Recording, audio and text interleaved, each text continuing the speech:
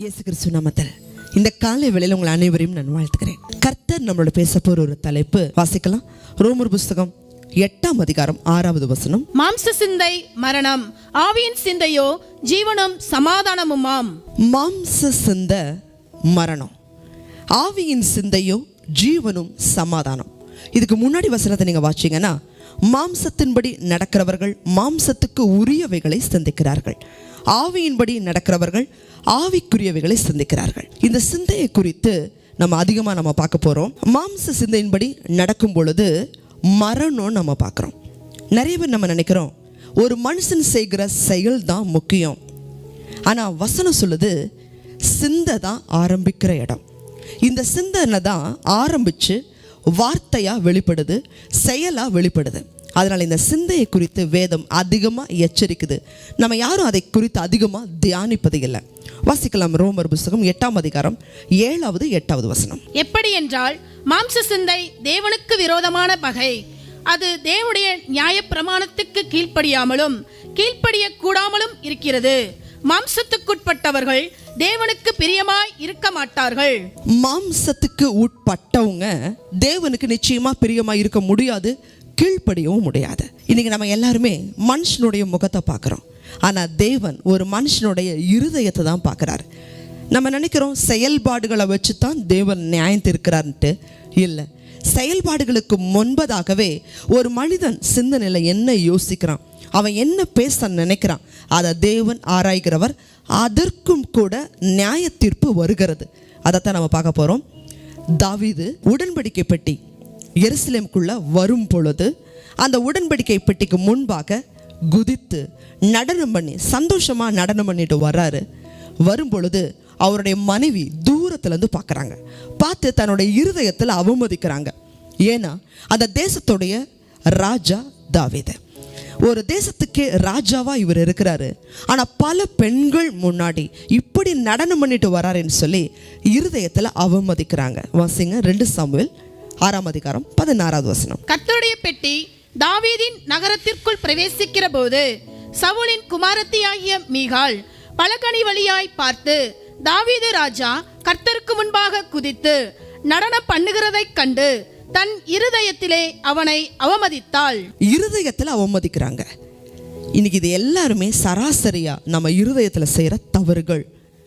வாய் வழியா அநேகர் பேசாமல் இருக்கலாம், செயல்பாடுகள் மூலமாக தங்களை பரிசுத்தவான்களை போல காட்டிக்கலாம். ஆனால் சிந்தனையில் எளிமையாக மற்றவங்கள அற்பமாக நினைக்கிறோம், அற்பமாக யோசிக்கிறோம். தோற்றத்தின்படி அவங்களுடைய ஏழ்மை நிலையை பார்த்து அல்லது அவங்களுடைய சுவாபத்தை பார்த்து அவங்களுடைய குணநலனை பார்த்து அவங்களுடைய அறியாமையை பார்த்து இன்னைக்கு எத்தனை பேர் சிந்தனையில் அற்பமாக நினைக்கிறோம். தாவீது கர்த்தருக்காக நடனம் பண்ணிட்டு வர்றாரு. அவங்க மனைவி இருதயத்தில் அவமதிக்கிறாங்க. நடந்தது என்ன? வாசிங்க 2 சாமுவேல் 6ஆம் அதிகாரம் 23வது வசனம். அதனால் சவுலின் குமாரத்தியாகிய மீகாளுக்கு மரணமடையும் நாள் மட்டும் பிள்ளை இல்லாதிருந்தது. தாவீதுட்ட போய் அவங்க சண்டை போடல, வாக்குவாதம் பண்ணல, பிள்ளி சுனிய வைக்கல, யார்ட்டையும் சண்டைக்கு போகல. கர்த்தருக்காக தாவீது நடனம் பண்ணிட்டு வராரு. இதை அவங்க இருதயத்தில் அற்பமாக நினைக்கிறாங்க. தாவீது ஒரு ராஜா, ஆனால் நடு தெருவில் இப்படி ஆடிட்டு வராரேன்னு சொல்லி அற்பமாக நினைக்கிறாங்க. இதனால் வந்த நியாய தீர்ப்பு, அந்த பெண் உயிரோடு இருக்கிற நாள் வரைக்கும் அவளுக்கு குழந்தை இல்லை. இன்னைக்கு நம்ம ஆலயத்துக்கு போகிறோம், எத்தனை பேர் அற்பமாக நினைக்கிறோம். பல ஊழியக்காரர்களை அற்பமாக நினைக்கிறோம், பல ஏழை விசுவாசிகளை அற்பமாக நினைக்கலாம். தேவஜனமே, நம்ம இருதயத்தின் சிந்தனைகள் ஒவ்வொன்றையும் தேவன் நியாயத்தில் கொண்டு வந்து நிறுத்துவார். மத்தேயு புத்தகம் 5:28 வாசிக்கிறோம், ஒரு ஸ்திரீயை ஒரு மனுஷன் இச்சையோட பார்த்தா அவளோடு விபச்சாரம் செய்தாயிற்று. அதே போல மத்தேயு புத்தகம் 5ஆம் அதிகாரம் 29 வாசிக்கிறோம், உன் வலது கண் உனக்கு இடறல் உண்டாக்கினா அந்த கண்ணை புடுங்கி போட்டிருப்பா. தேவஜனமே, ஒரு கண்ணு வழியா ஒரு மனுஷன் பாவம் செய்யறான் அப்படின்னு சொன்னா, இச்சையா அவன் யோசிக்கிறான்னு சொன்னா, ஆண்டவர் அந்த மனுஷனை பார்த்து சொல்றாரு, நீ நரகத்துக்கு போவப்பா. அதனால முழு சரீரத்தோட நீ நரகத்துக்கு போவத பார்க்கிலும் உன் கண் தானே உனக்கு பாவத்தை உண்டு பண்ணுது, அந்த கண்ணை பிடுங்கி போட்டுரு, கண் இல்லாம நீ பரலோகம் போ. இதை உதாரணமாக புரிந்து கொள்வதற்காக தேவன் இந்த விளக்கத்தை சொன்னார். பரலோகத்துக்கு அப்போ கண் இல்லாமல் போகணுமா அப்படின்னு நமக்குள்ள ஒரு சந்தேகம் வரலாம். தேவஜனமே, கண் உனக்கு இடரல் உண்டாக்கினா கண்ணை பிடுங்கி போடு, கை உனக்கு இடரல் உண்டாக்கினா கையை வெட்டி போட்டுரு, பரலோகத்துக்கு நீ போகிறது முக்கியம் அப்படின்னு கர்த்தர் சொன்னார். தேவஜனமே, அப்போ சிந்தனையில் ஒரு மனுஷன் செய்கிற பாவம் தேவனுக்கு முன்பாக எவ்வளவு நியாய தீர்ப்பை கொண்டு வருதுங்கிறத நம்ம பார்க்கணும். ரோமர் புஸ்தகம் 8ஆம் அதிகாரம் 9வது வசனத்தை வாசிக்கலாம். தேவனுடைய ஆவி உங்களில் வாசமாய் இருந்தால் நீங்கள் மாம்சத்துக்குட்பட்டவர்களாய் இராமல் ஆவிக்குட்பட்டவர்களாய் இருப்பீர்கள். கிறிஸ்துவின் ஆவி இல்லாதவன் அவருடையவன் அல்ல. நீங்க நினைக்கலாம், இன்னைக்கு இந்த உலகத்தில் பிறக்கிற ஒவ்வொரு மனுஷனுமே தாவீது சொன்னது போல தாயுடைய கர்ப்பத்திலேயே பாவ வித்து நமக்குள்ள இருக்கு. பாவத்தினால தான் பிறக்கிறோம்.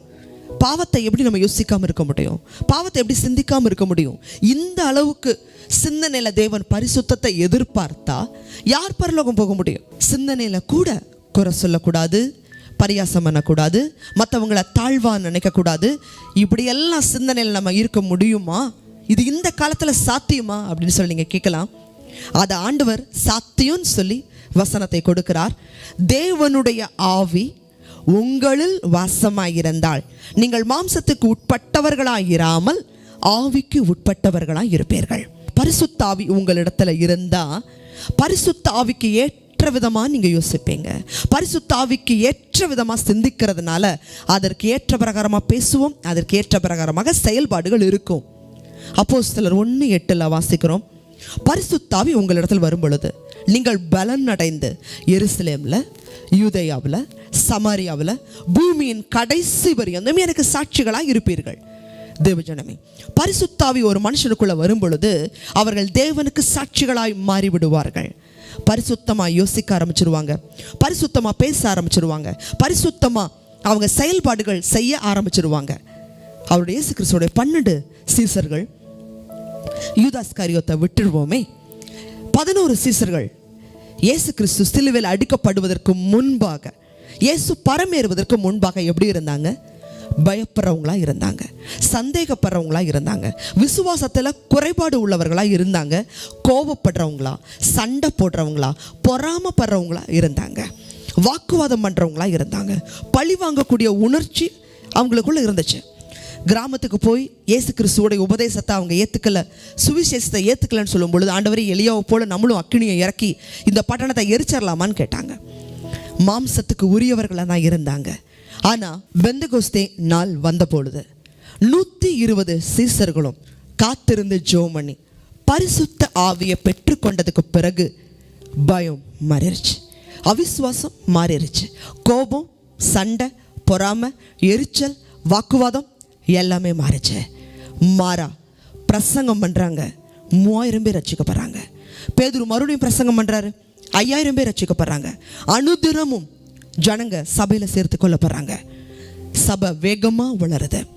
வேத ஆராய்ச்சியாளர்கள் சொல்கிறாங்க, எருசலேம் சபையில் 2 லட்சம் பேர் இருந்திருக்கணும்னு சொல்கிறாங்க. தேவஜனமே, கிபி 100ங்கும் போது சுவிசேஷம் உலகமெங்கும் கடந்து போயிடுச்சு. பரிசுத்த ஆவி உங்களிடத்தில் வரும் பொழுது நீங்கள் பலன் அடைவீர்கள். உங்கள் சிந்தனையை நீங்கள் ஜெயிக்க முடியும். தேவஜனமே, எனக்கு பிசாசு அநேகரை சிந்தனையில் பாவம் செய்ய வைத்து கொண்டிருக்கிறான். வெளியரங்கமாக பார்க்கும் பொழுது தெரியாது. ஆனால் இன்னைக்கு அநேகர் குழந்தைகளில் இருந்து, பெண்களில் இருந்து, வாலிபர்களில் இருந்து, முதியவர்கள் இருந்து அவங்க சிந்தனைகளில் பாவம் செய்ய வைத்து தூண்டுகிறான். உங்கள் சிந்தனைக்காகவும் இயேசு சிலுவையில் அடிக்கப்பட்டார்.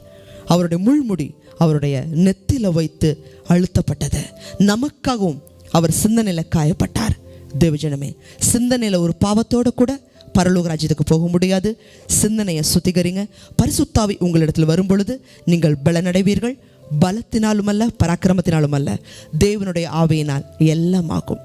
ஜெபிக்கலாம். அதிகமாய் நேசிக்கிற எங்கள் அன்புள்ள ஆண்டவரே, இன்னைக்கு ஒரு மனுஷன் செயல்பாடுகளில் வருகிற பாவத்தை குறித்து எச்சரிக்கையாக இருக்கிறாங்க கிறிஸ்தவ விசுவாசிகள். ஆனால் சிந்தனையில் வருகிற பாவத்தை குறித்து பெருசாக நினைக்கிறது இல்லை. அது ஒரு பாவம்னே அவங்க யோசிக்கிறது இல்லை. ஆனால் கர்த்தர் சொல்கிறீங்க, சிந்தனைகளையும் தேவன் நியாயத்தில் நிறுத்துகிறவர். அநேகர் அதை ஜெயமெடுக்க முடியாமல் இருக்கலாம். ஆனால் இன்னைக்கு எங்களுக்கு ஏற்ற சதியத்தை கொடுத்துருக்கிறீங்கப்பா. தகப்பனே, மாம்ச சிந்தை மரணம், ஆவியின் சிந்தை ஜீவன். இந்த மாம்ச சிந்தை நாங்கள் எதனால் ஜெயிக்க முடியும்?